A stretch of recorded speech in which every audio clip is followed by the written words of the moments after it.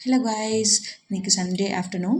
So ஒரு சில friends எல்லாருமே பிஸ்னஸ் டெவலப்மெண்ட் அசோசியேட் வந்து நெக்ஸ்ட் வேவ்ல வந்து எந்த மாதிரி ஒர்க் பண்ணியிருந்தீங்க, ஒர்க் கல்ச்சர் எப்படி இருக்குன்னு கேட்டிருந்தீங்க. ஸோ அவங்களுக்காக ஒர்க்கிங் டேஸ் வந்து பார்த்தீங்கன்னா 6 days இருக்கும்.